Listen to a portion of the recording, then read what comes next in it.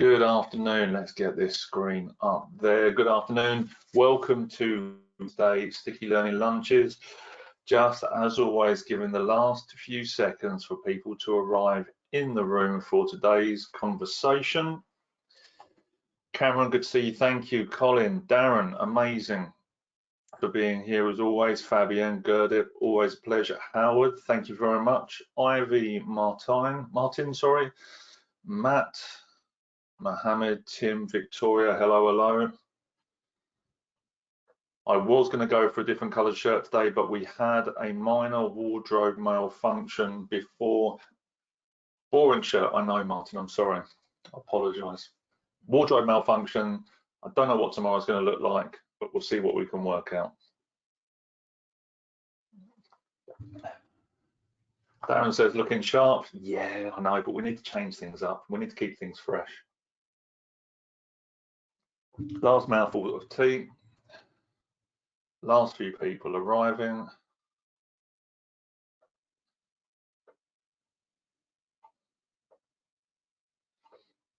So just as we're doing this, let's make sure we're setting ourselves up for success today. As always, first things first, mobile phones. Let's get those little aeroplanes lit up.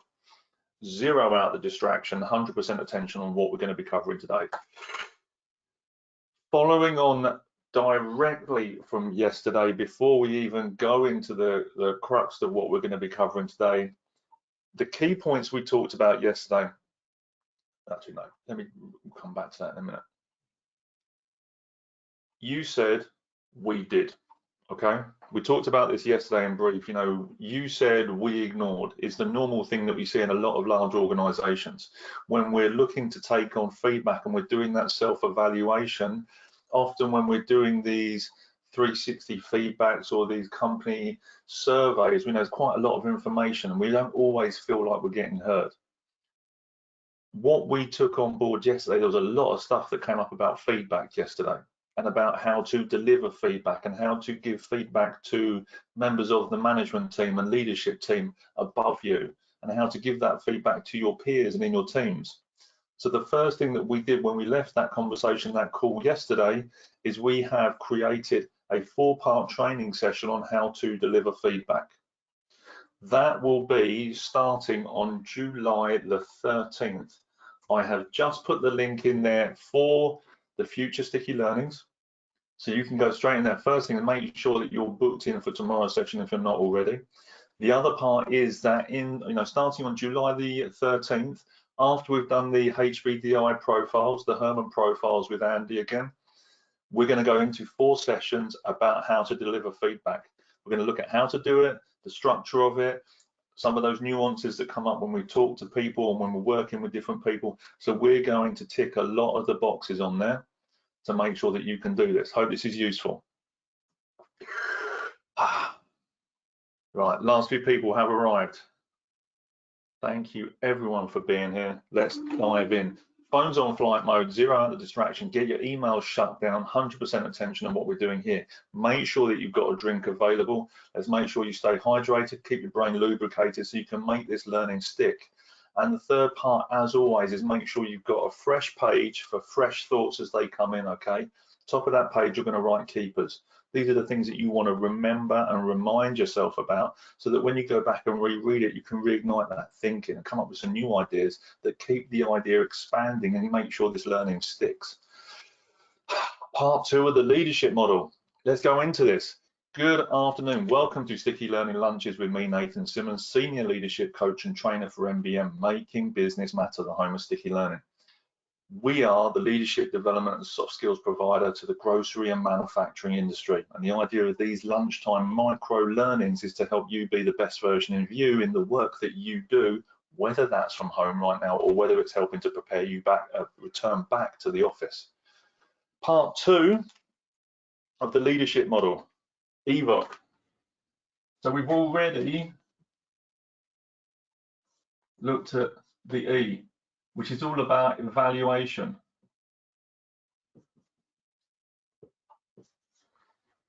For those that were here yesterday, what was useful from yesterday? What have you taken away and what new ideas have come up since we got together yesterday? And I'd love to see those in the questions box just to keep this moving, thinking moving. The first, so just as I get up the headlines of what we covered, we looked at self-evaluation. We looked at 360 feedback and the absolute need to do that 360 feedback. And we looked at a couple of different ways to approach that as well. I have gone back and I've spell checked that really rushed document that we put together yesterday.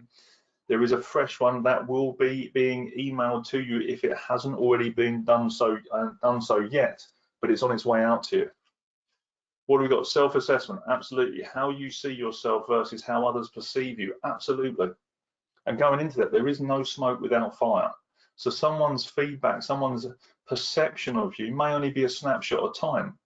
It is still just as valid though, because that's their viewpoint on what you're doing.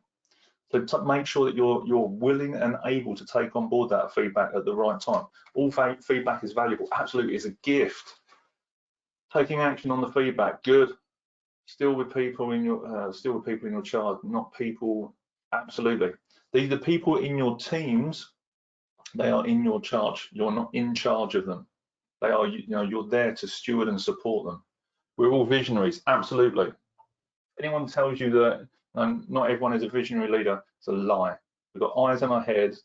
We have to lead ourselves, in order to go and get the new job, to lead our family, to whatever it is. We've all got this capability inside us. The moment that you say someone can't do something, you're labeling them based on a bias or an opinion that's been formulated somewhere else. So the best thing to do is just remove that label and accept and acknowledge everyone has this capacity in them. So we looked at self-evaluation, we looked at the 360 feedback. And as I said, you said, we did. So the feedback elements are in place now for the 13th. Make sure you're registered. Part 2, vision.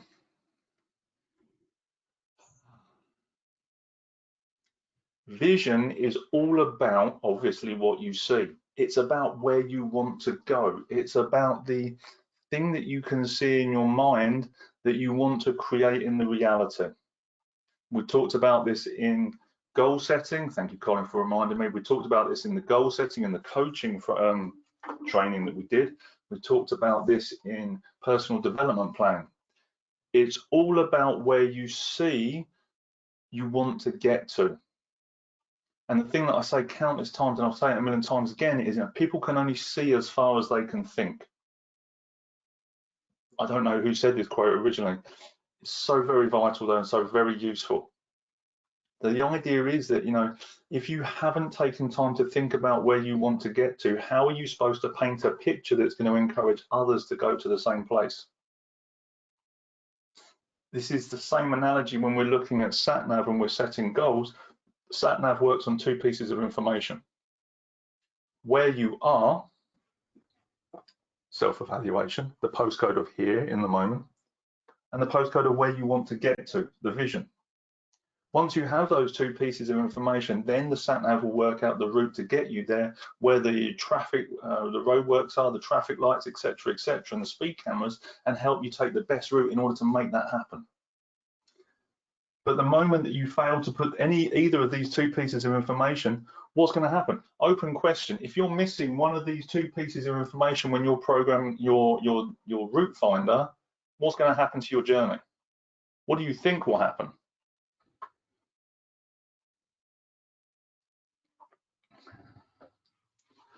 You're lost. Any road will take you there. Eventually it will do. You might find that, okay, something else coming in. Mystery tour, wasted time, no direction. Absolutely. Absolutely. So we need clarity in these 2 spaces. So once we've done this, the self-evaluation, we can then start getting into the vision and start looking at some of the questions that we want to ask ourselves. So let me just share my screen. Let me know if you can see the screen for me. So there's the updated feedback, 360 feedback form that I started working on earlier. But then when we look at the evaluation, what I've said on here is a little bit of this. HQQ equals HQA. High quality questions equal high quality answers. If you don't like the responses that you get, if you don't like the quality of the answers that are coming back, you need to adjust the quality of the question that you're asking in the first place. Your brain is a validation machine. I've said this before and I'll say it again. So the moment you put a question in, it's going to create an answer, whatever that question is. So when we're doing the evaluation piece, here's some questions that I've pulled out of the coaching deck, the leadership coaching deck. I'll get the link for that and share that in there for you. Bear with me. And these are just a snippet of some of the questions that are in that deck for you. So it's giving you that idea, that self-assessment, that self-evaluation piece. Here's an interesting fact, and I didn't know this until a few months ago. If you get a pair of binoculars, and obviously you look through them, you can see over great distance. But actually, if you turn the binoculars over, if you want, got say a bumblebee, a dead bumblebee in your hand, and you want to see that in a bit more detail, you can take the binoculars and turn it up the other way, and you can use them almost like a microscope. By looking in through the other end of it very, very closely, you can see more detail. So the self-evaluation piece is much like the inverted binoculars looking at the microscope, doing the internal review, and using some of these questions to help you do that. When we then shift and we flip the binoculars over and we want to see where we're going, and I'm looking out, I can just see the sea over the top of the houses, and there's a freight, a cargo boat going across, a tanker going across in the distance. When I want to see where I'm going, I then want to ask myself some different questions, and I want to change the perspective, and I want to go from the microscope to the telescope. So then we can start asking ourselves some different questions that start to paint that landscape, that create that image for us that we want to move to, that we want to help inspire others to get to. What is my succession plan so I can get promoted? What opportunities do I see in each of my business areas to help this expand? So we're also thinking about where I want to get to as a leader, how I can develop the business up as I'm moving towards that as well. Hope some of these questions are useful.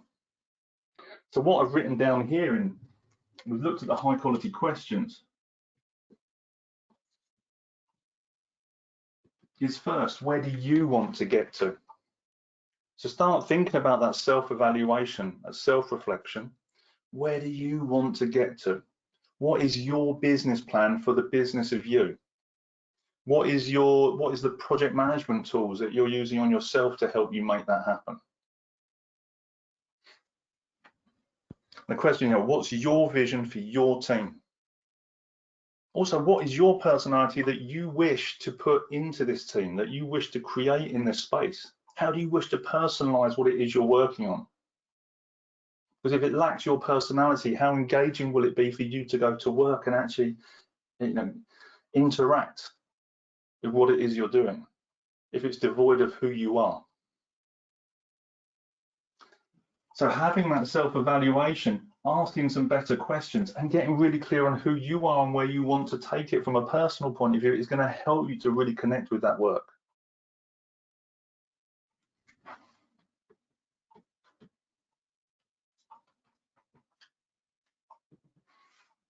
And then for the last part of this is about where the business is going.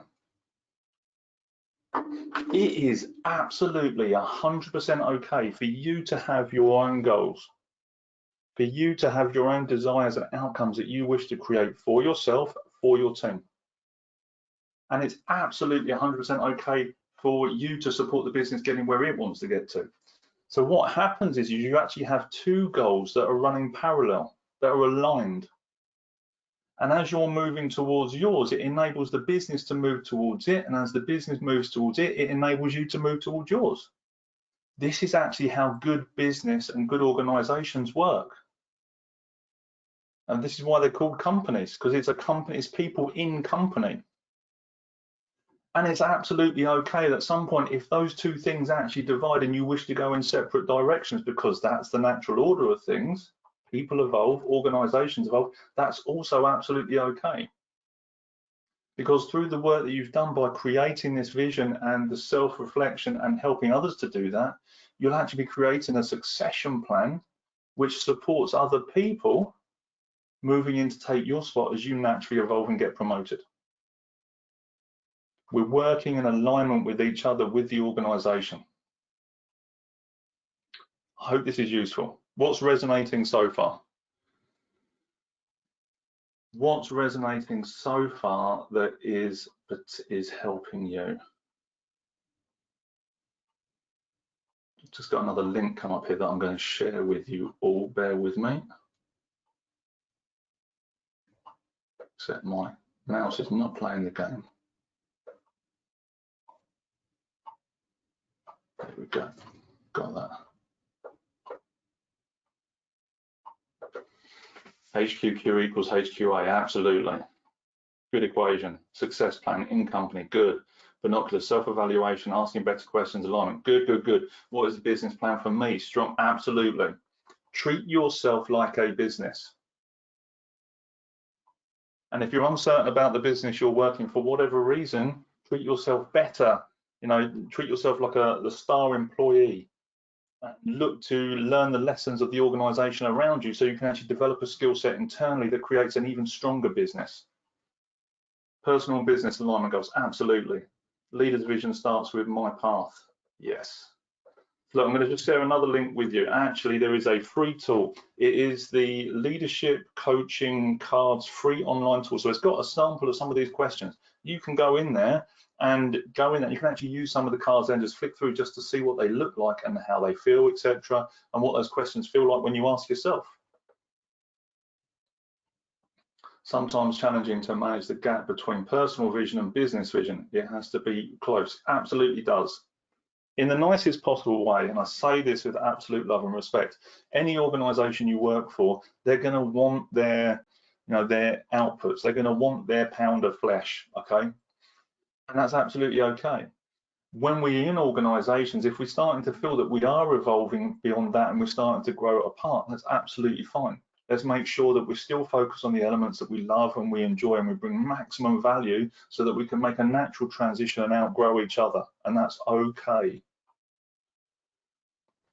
The other part is, I wanted to bring up with you, yes, we've got time to cover this, is to encapsulate some of these things.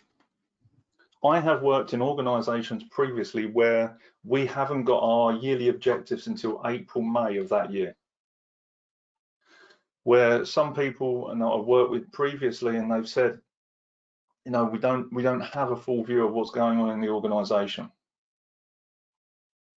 And as leaders, leaders in floating speech marks, we're sitting there waiting for someone else to tell us what to do so that we can get on with our job. Yes or no? Has anyone experienced this? And then they change in May, August. Absolutely, yes. Yeah, 100%. Yeah. It seems to be a common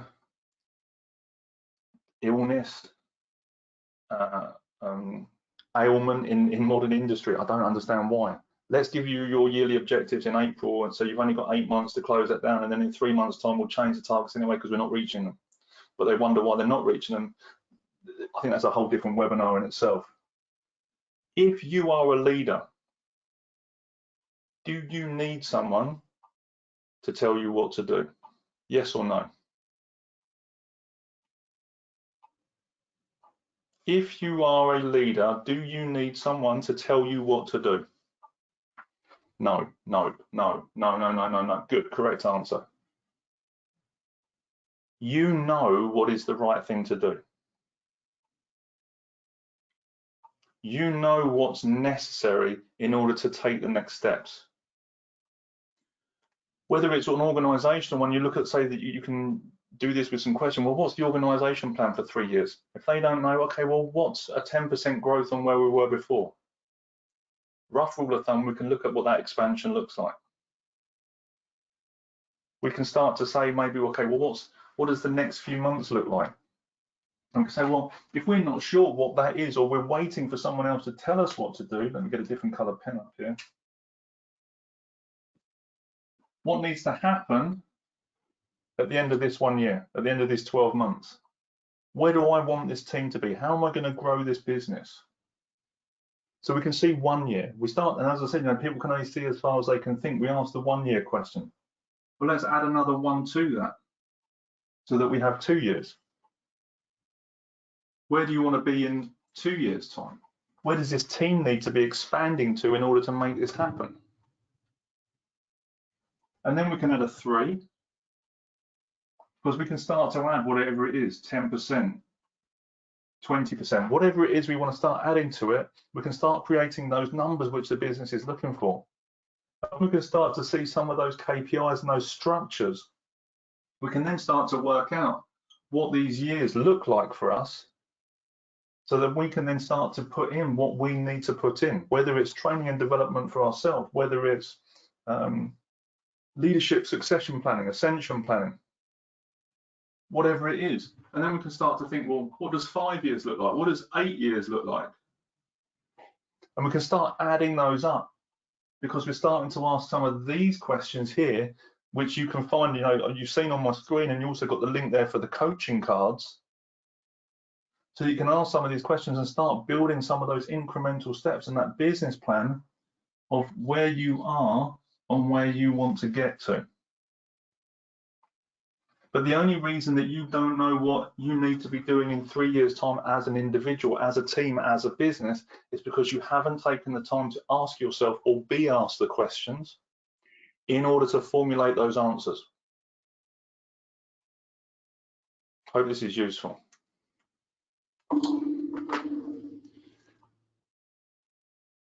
What questions can you ask yourself the moment this session finishes in 7 minutes, according to that clock, that are going to help you formulate a vision of the future and where you want to get to? What question would you write down right now, or are you writing down right now, that's helping you to create a version of the future that is compelling, that is pulling you forward?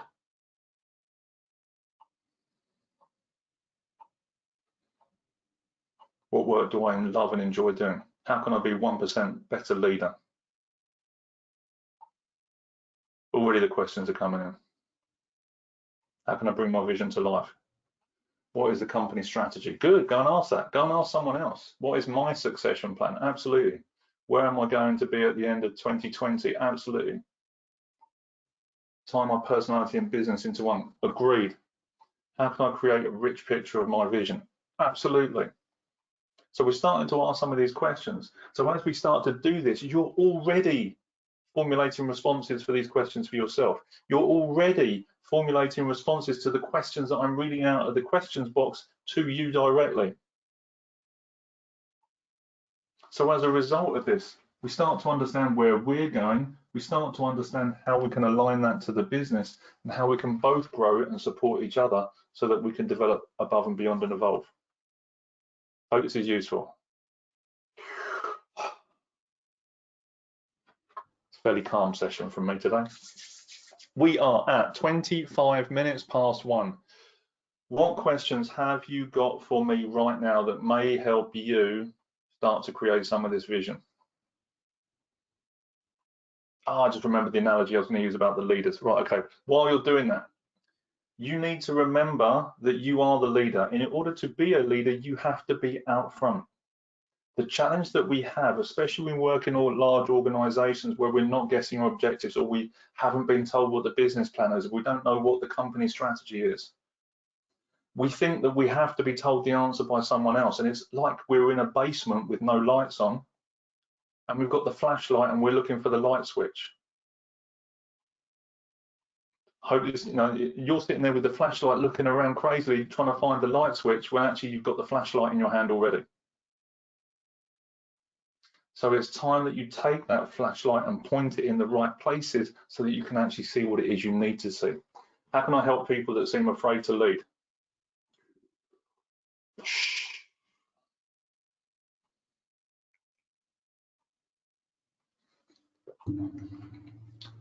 Again, it comes back to that. You cannot tell people what to do. It is about being the example and being the invitation. It's about incorporating the communication styles, the HBDI profile, stuff. And in doing those elements is helping them to plug into that sensation for themselves in pieces of work that engages them. So I was talking to a gentleman recently. One of the things they look at is, yes, a sense of belonging in organizations, but are they in the right place? So and it was explained that a lot of organizations, they've got a lot of belonging, but the people are actually in the wrong places. And what that's causing is a disconnect in behaviors, in outputs, connection to company values, because people just aren't doing the right things based on who they are. So when you put people naturally in the right environment, it'd be like taking frogs and oxygenating pondweed out of the pond. This is exactly the analogy they use with me, and sticking that in the middle of the field and wondering why the frogs die. So what we need to do is make sure that the people in the right environment is doing what they're naturally good at, and providing the solution that they provide in the best possible way. And then people won't be afraid to leave because they'll be doing exactly what they're designed to be doing on a natural level. Hope that helps. As much as you need 360 evaluation, you also need a 360 vision. Agreed. That comes, thank you for saying that, Martin, that comes from these questions that we're asking ourselves. Where are we going to? What are we creating? And the more luxurious that vision is, the more replete and detailed and sensory and emotional and compelling that vision is 360, the more likely it is to happen. We don't get, constantly fixed on making perfect actions to make it happen. We just enjoy the sensations of getting it. And then what we start to understand is when we're setting goals, it's not about achieving the goal, it's about the emotions that we get when we make that happen. We can then start to create those emotions today. So actually it becomes just a natural process. How do you help people to realize they're in the wrong environment? Yeah, again, this comes back to feedback. And it comes back to some serious coaching questions, and taking the time to communicate with that individual and just let them go through the process. Some people may be so ingrained into that groove, into that rut, that they don't know anything else, that they believe what other people think of them, that they think that they can't do anything else because they've done this for too long. And actually it's about having some of those conversations. It's often easier with people that are in newer positions where we can say, start asking questions. Okay, so what are the skill sets that are being displayed here? Are these skill sets appropriate for this role? And people might tend to say, actually, no, that's not. Well, where are these skill sets appropriate? Well, it'd be more like this job. Okay, so when was the last time you looked at that? Now, how are you developing yourself to move into something like that, which is actually more wholesome and holistic for you? It takes time to develop that conversation. The longer that someone tends to be in that job, the longer it takes to help that person kind of just have that conversation with themselves. And it might be that you, again, there's a challenge where often leaders think they know what's best for an individual, but they've never asked the individual. Therefore, based on what I think of them, and remember, what you think of people is how you treat them, I'm going to go and tell you to do is I'm going to give you this, I'm going to do this because that's where I think you're a best fit. Well, actually, has anyone asked that person where they would like to be, what they enjoy doing? So maybe we ask some questions around, okay, well, actually, we're going to diversify things here. We're going to look at incorporating, we're going to test some new stuff out. What other things would you like to bring into your job? What other things could, I'd like to see you experience, or see how you experience this project or this process. And see how that person enjoys doing it. There is a sensitivity around that conversation. If you've done a job for 20, 30 years and someone tells you you're in the wrong job, I've been doing it for 30 years and no one else complained about it before, now you're attacking my sense of identity, you're going to start to see where that disconnect in the conversation is. Hope that's useful. It takes time and take questions. 100% is very tough. Yes, it is.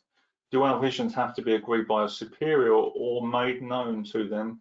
They may be able to furnish constructive feedback along the way. Absolutely, Ivy. when we're doing this, if we haven't had objectives given into us or told what to do, and we can start to create and formulate some of that, actually, if we're starting to create and formulate it, we may be making our leaders' lives easier. If you get to October, November, and you're thinking, oh, that's what next year looks like. Okay, fantastic. I'm going to start to formulate some objectives. I'm going to go to my leader, my manager, whoever, and say, this is what I come up with for the next 14 months. I'd like to get your input and you know, see what else you would suggest in order to make this a success. So again, you know, we're using a subtle nuance of language there. This is what I've created. This is where I think I would like this team to go. What else would you suggest in order to make this a success? So I'm asking for my leaders' input in order to support the successes of this project. I haven't said to him, look, take them away, I don't want them, or you know, or take them away, or have those ideas taken from me. I'm asking for their input so they can grow and expand. And then at that point, as you rightfully said, they can then give you feedback. That's good. That needs to be changed a bit. Okay, we already know about that. That's a good starter there. Let's tweak that a little bit. They're adding, which is creating more success. And then that person turns and said, fantastic job. These are really great objectives. How about we roll them out across all the other teams, because you just made my job a lot easier as the leader here that was having some challenges finding the time in order to create these. Now, what's the opinion of you as the individual, having gone out and created those objectives for yourself, but now giving that potential to the rest of your department? A lot of good stuff coming up here. Any more questions? Crikey, we are, okay, it's 1:32. Any more questions right now? While we're doing that, you've already got the link for tomorrow's Sticky Learning Lunch. If you haven't registered, now is the time to do that. You've also got the link there for the coaching cards, which for what they are and what you get is astronomically huge value. The last thing that I'm going to say to you all as well is, some of you are aware of these, some of you have already signed up for them, which is brilliant. We also have our virtual classrooms as well. Now, if you have a team or people in your business that would benefit from having a deeper conversation with me in this sort of environment while we're still going through what we're going through, there is the link for the virtual classrooms. In there, you can find a list of all the soft skills, all the industry specific skills that we deliver in our virtual classrooms. If we can be of support to you, if we can help you, if we can add value to your business, and you can see how these conversations will help, click on that link, come through, find out some more information about how we can help you be the best version of you. Time at the bar. On a scale of 1 to 10, 1 terrible, 10 brilliant. How useful was today's? Let me know. 9, 10, another 10. Thank you. Okay, good. It means I'm on the right stream here. It means I'm on the right lane. Content 10, shirt dipped as an 8. Okay, apologies about this. We'll try and fix the shirt next time. Look, thanks everyone for being here. Greatly appreciated. Conscious of time, respectful of that. Look, have a lovely rest of your day. I will see you tomorrow at 1 o'clock for the next session, where we're going to go and get into obstacles, the challenges that we know we're going to be facing, that we need to be facing as leaders, so that we can overcome them, push through them, and get where we want to go to in our vision. Thanks very much for everyone today. Look forward to seeing you again tomorrow.